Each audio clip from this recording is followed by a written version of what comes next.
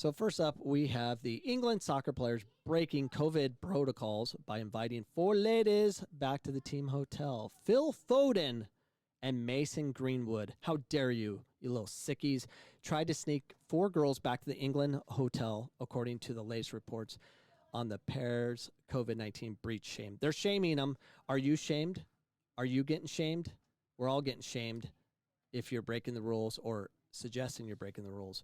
And I can't stand these shamers because you know they're not following the protocols. You know it, just like Nancy Pelosi. They just want to say, you just need to do this and just at least say or do virtue singling online or just say you are or whatever. Even though you'll get caught, you just virtue single and you're fine. That's all you have to do. It just bow down and say, we'll follow the rules or guidelines.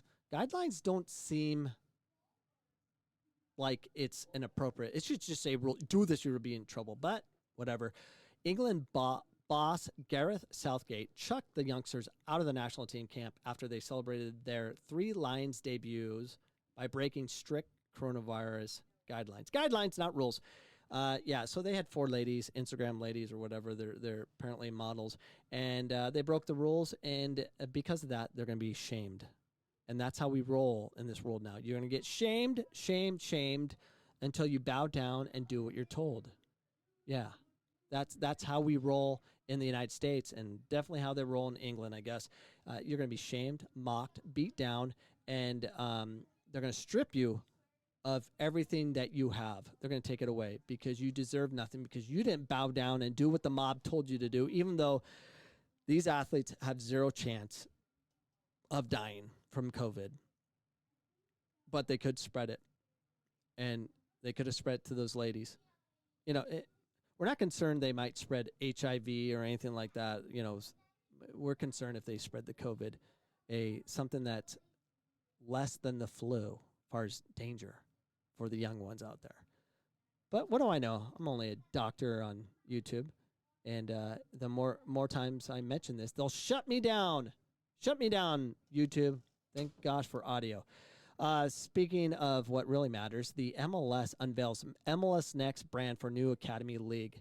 Look at that logo. It's an amazing logo, by the way. It's the ones that watch me on YouTube, if it's still available for a YouTube station that's ranked almost last as far as viewership on the internet. MLS Next is the next scam that's going to destroy our youth soccer program. No, it's not.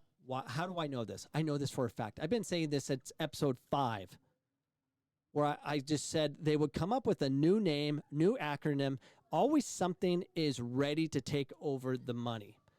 And then they'll be shamed by people like me, and they'll realize they are worthless, and then another entity will come about. But it seems like the MLS is the final step.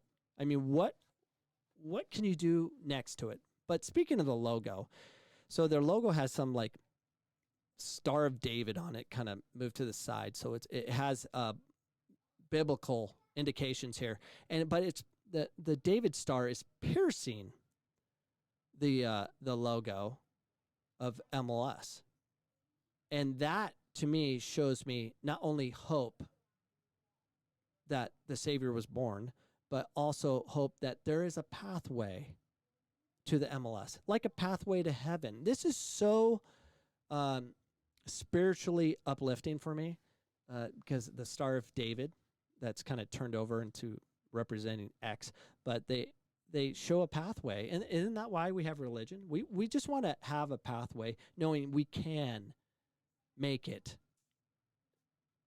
to heaven. Can we make it to celestial glory? Can we make it?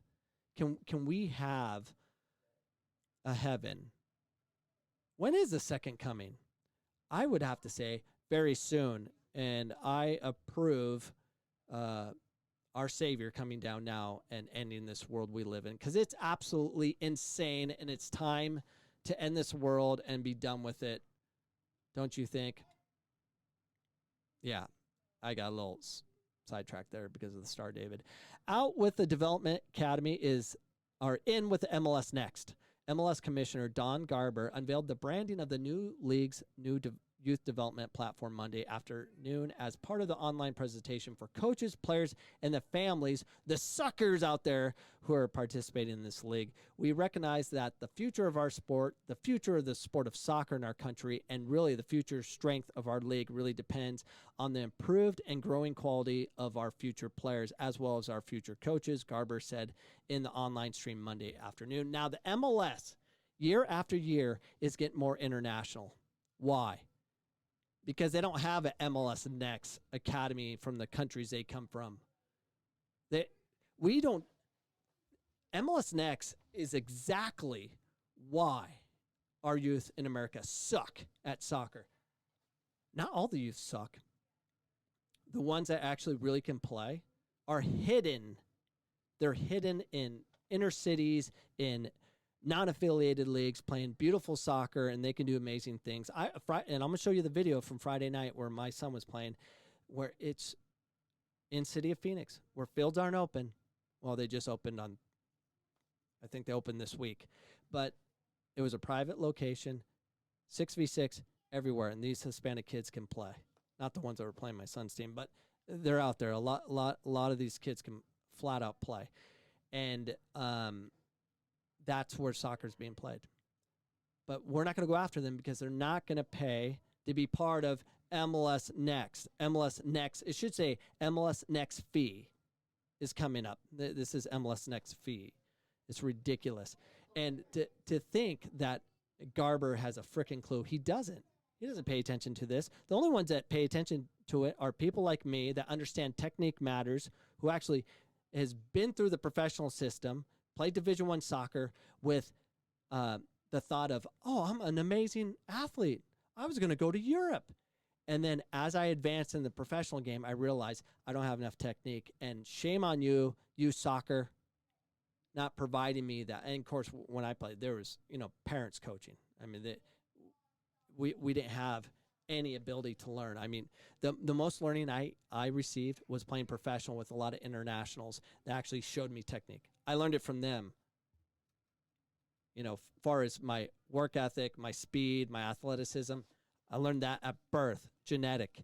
And that's how I survived in the game, is being fast and fit and hustle. I mean, that's all I did to survive. A little bit of technique. Not enough to advance. Never learned it. Wanted it. Never got it. That's a real concern. But don't worry, we got MLS Next to screw it up because it's the same freaking people. All this MLS Next, let's go back to this logo.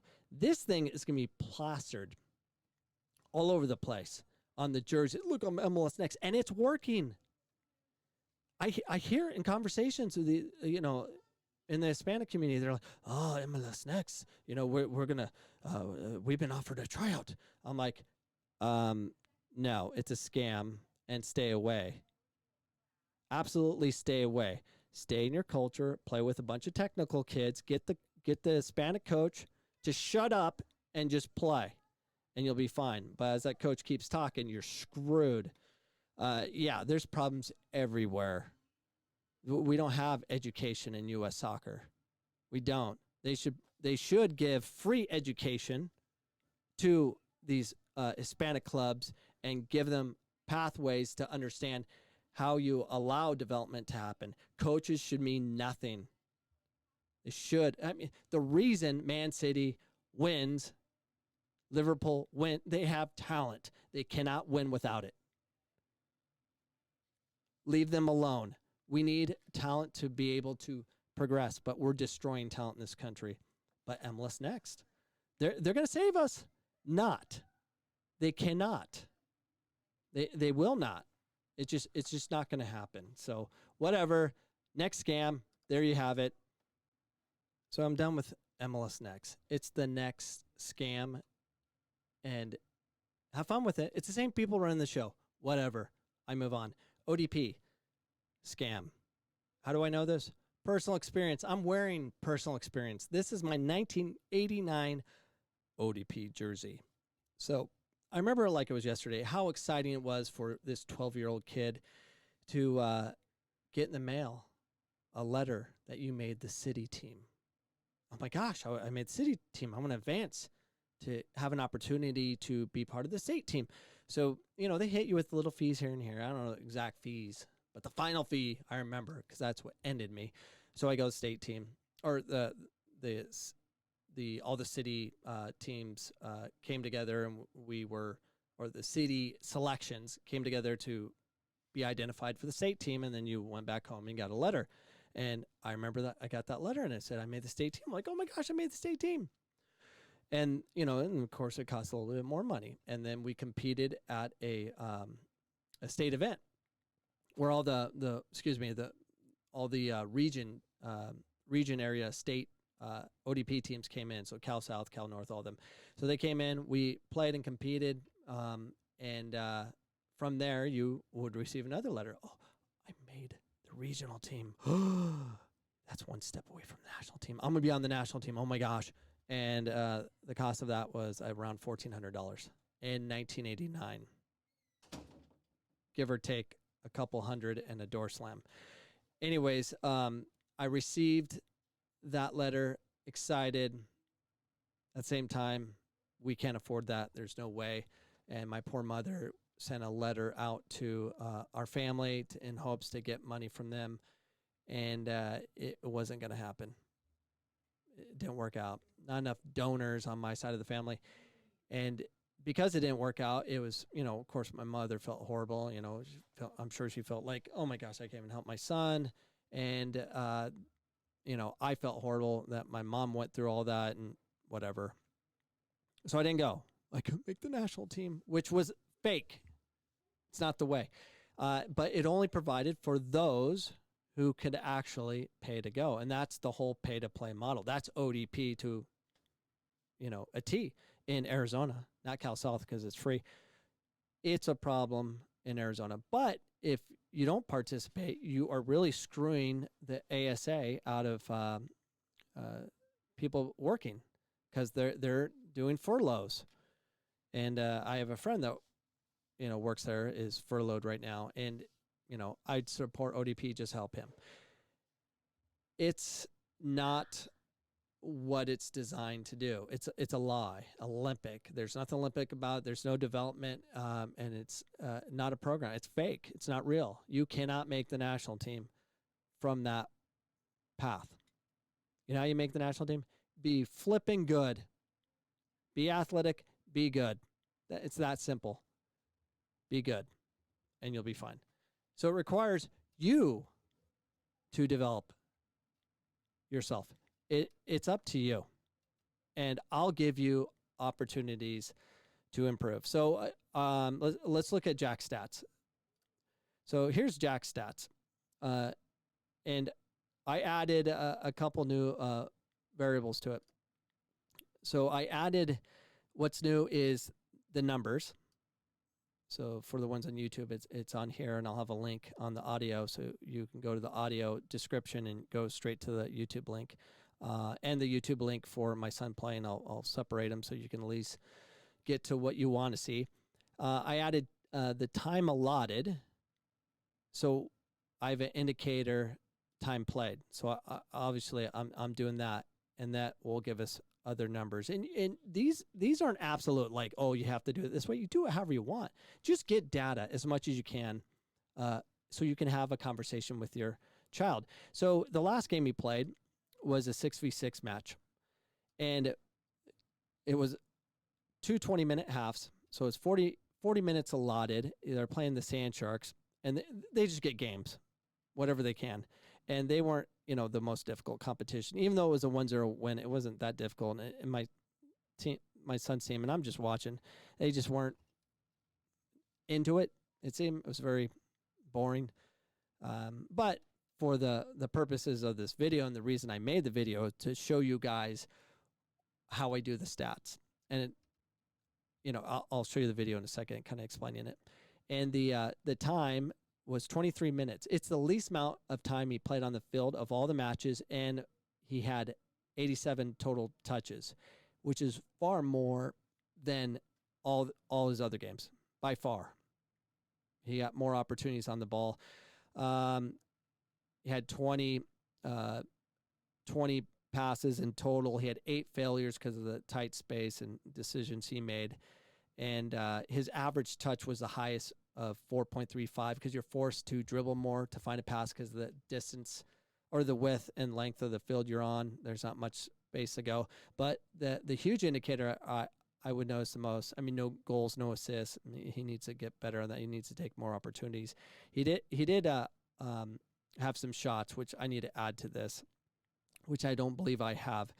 He had 1 dive in, and as far as takeaways, 0. So his hustle was lacking, and it's mainly the competition. But it's a conversation I can have with him. I'm like, again, you have no takeaways, and he had one game he had 10 takeaways because he made it, something that mattered to him, and that's something he needs to work on. And it's good to have data to show that.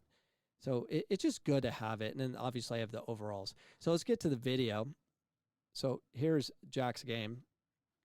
And what you'll notice, I put this in high speed. For the ones that don't have access to the film, I have giveaways, passing, takeaways, touches, and shots. And that's just kind of what I listed. And you can see how it's populating after he goes through the process of receiving it. So Jack, and I didn't put forward or backwards. There's so many different stats you can put on this, but it's important to have this, whatever you decide it to be, an opportunity for you to have a conversation with your child or anyone for that matter that's trying to develop their game as a coach, a director, or whatever. It really gives you a chance to see what they're doing and rate them. And there's so many different ways of doing it. And as I do this podcast, I'll add more and more to the game. Like I was thinking on the stats, on his 3 shots or 4 shots he took in the game, he missed them all. And you could see it in his, when he made a mistake like that, he would grab his head like he just did on the video. And I want to start marking that because I don't want him doing that anymore. Hey, you showed the whole world that you made a mistake. I think that's one of the dumbest things professional athletes do is make such a big deal. Oh, look, I missed. Congrats, you missed. We know you feel bad about it. We don't need that garbage. You don't want to remind yourself you made a mistake. I think it's stupid. Ronaldo can get away with it.